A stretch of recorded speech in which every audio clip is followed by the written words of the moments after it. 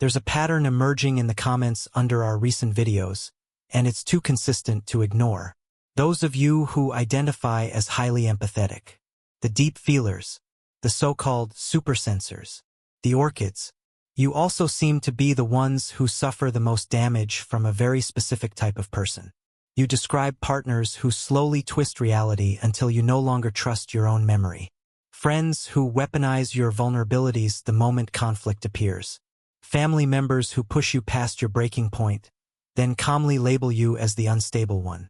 And you keep asking the same question. Why do they do this? Why don't they care how much they hurt me? We often call these people toxic, manipulative, or difficult. But psychology offers a far more precise explanation. These individuals often exhibit what researchers call the dark tetrad of personality traits. Today, we're going to look at what is actually happening inside their minds and why trying to reason with them keeps failing. The fundamental error. When dealing with a manipulative person, empathetic people make one critical mistake. You assume they are wired like you. You believe that if you explain your pain clearly enough, they will feel it and stop. But research shows their psychological hardware is fundamentally different. The dark tetrad. Psychologists identify for overlapping traits that form this dark personality structure. Narcissism. Narcissists often appear confident, charming, even magnetic. They are socially skilled and initially impressive. But this confidence is a mask. Beneath it lies a fragile ego that requires constant validation. Remove the applause or offer criticism, and the mask collapses. What emerges is rage, entitlement, and retaliation. Machiavellianism. These are the cold strategists. Unlike narcissists, Machiavellians don't react impulsively. They plan. They wait. They calculate. They don't see people as humans, they see pieces on a board. To them, morality is optional. Truth is negotiable. If manipulation works, they will use it without hesitation. Psychopathy. This trait involves impulsivity, fearlessness, and a profound lack of remorse. Brain imaging shows reduced activity in areas responsible for fear and emotional regulation. They don't feel the internal brakes most people have. They pursue stimulation, dominance, and control, regardless of the damage caused. Everyday sadism. This is the most disturbing addition. Sadism explains cruelty that seems pointless. The trolling, the humiliation, the subtle enjoyment of your distress. For sadistic individuals, your suffering isn't a side effect. It's the reward. Born or made. One of the hardest truths for empathetic people to accept is this. Not all harmful behavior is a trauma response. Psychopathy, for example, has a strong genetic component, with heritability estimates as high as 70%. Many are born with reduced fear response and emotional resonance. Machiavellianism, however, is often learned, shaped in cold, unstable environments where manipulation meant survival. Together, biology and environment form a personality structure that is remarkably resistant to change. The empathy trap. You may wonder, if they lack empathy, how do they know exactly how to hurt me? Because empathy has two forms. Cognitive empathy, the ability to understand what someone is feeling. Affective empathy, the ability to feel it yourself. Dark personalities often have high cognitive empathy and low affective empathy. They can read you with precision without sharing your pain. Brain scans show they can even switch empathy on when it serves them. During love bombing, they mirror you perfectly. Once attachment forms, the switch flips off. Your emotions become data used to refine control. Why they chose you? They weren't looking for love. They were looking for supply. Predators scan for traits. High empathy, high agreeableness, low self-assertion. Trauma bonding. They use intermittent reinforcement, the strongest addiction mechanism known to psychology. Cruelty followed by charm. Withdrawal followed by affection. Your nervous system becomes addicted to unpredictability. You stay hypervigilant, chasing the version of them that once felt safe. This isn't love. It's a trauma bond.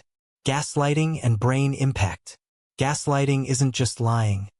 It's the destruction of your perspective. Over time, chronic emotional abuse alters the brain. Memory weakens. Anxiety increases. Clarity disappears. You don't stay because you're weak. You stay because your brain is under siege. The illusion of power. From the outside, they look unstoppable. They walk into rooms without hesitation. They speak without self-doubt. They make decisions others are afraid to touch. And society mistakes this absence of fear for strength. But what looks like confidence is often emotional blindness. What looks like dominance is often desperation. They aren't calm under pressure. They simply don't feel pressure the way you do. And there is a critical difference between courage and the inability to sense danger. The emotional blind spot. Empathetic people experience a full emotional spectrum. Joy has depth. Sadness has meaning. Connection leaves an imprint. But dark personalities operate with missing data. They don't feel emotional continuity. Each moment must be louder than the last.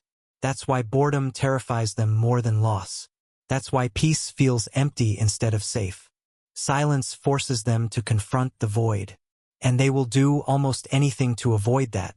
Why they can't stop. You may wonder why they repeat the same destructive patterns.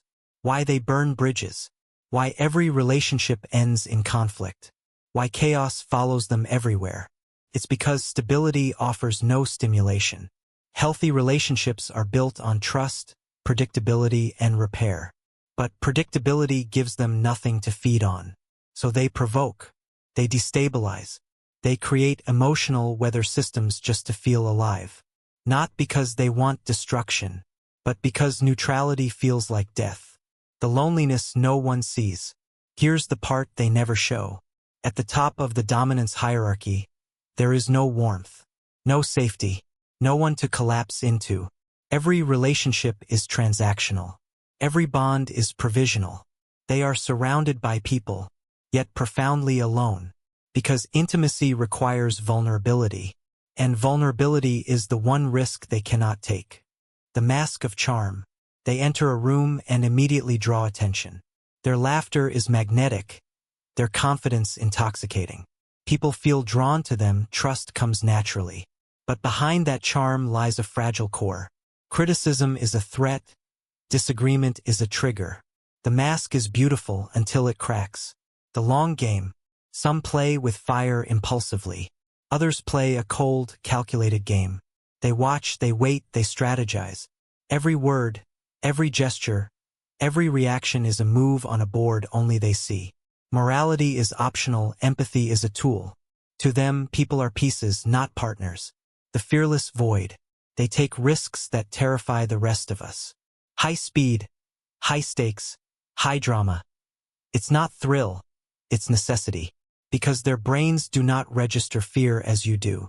Boredom, calm, and peace are worse than danger. They are voids that must be filled with chaos. The pain mirror. They watch you suffer. They know your weaknesses, your insecurities, your triggers, sometimes better than you do. And yet, they do not feel it. Your pain is not a signal to stop. It is data, a way to refine control. Every tear, every doubt, every heartbreak is a map. The loneliness behind power. No one sees what lies beneath. Behind the dominance, the charm, the strategy, there is isolation. Every relationship is transactional. Every connection is provisional. They are surrounded, yet profoundly alone. They cannot risk intimacy because vulnerability is death to them. The hidden cost of dark traits. From the outside, these traits can look like power, fearlessness, dominance, control. But there's a hidden cost. They are trapped on a hedonic treadmill, needing more stimulation just to feel something. They cannot access calm, connection, or genuine intimacy. They know the words, but not the music. Clinical detachment. You cannot fix a hardware problem with emotional software. You seek connection. They seek control.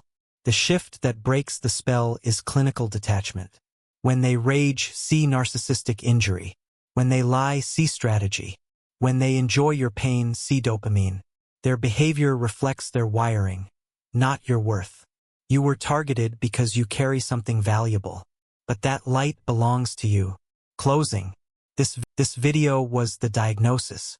In the next one, we'll talk about exit strategies, including gray rock and trauma bond disruption. For now, breathe. Understanding is the first step toward freedom.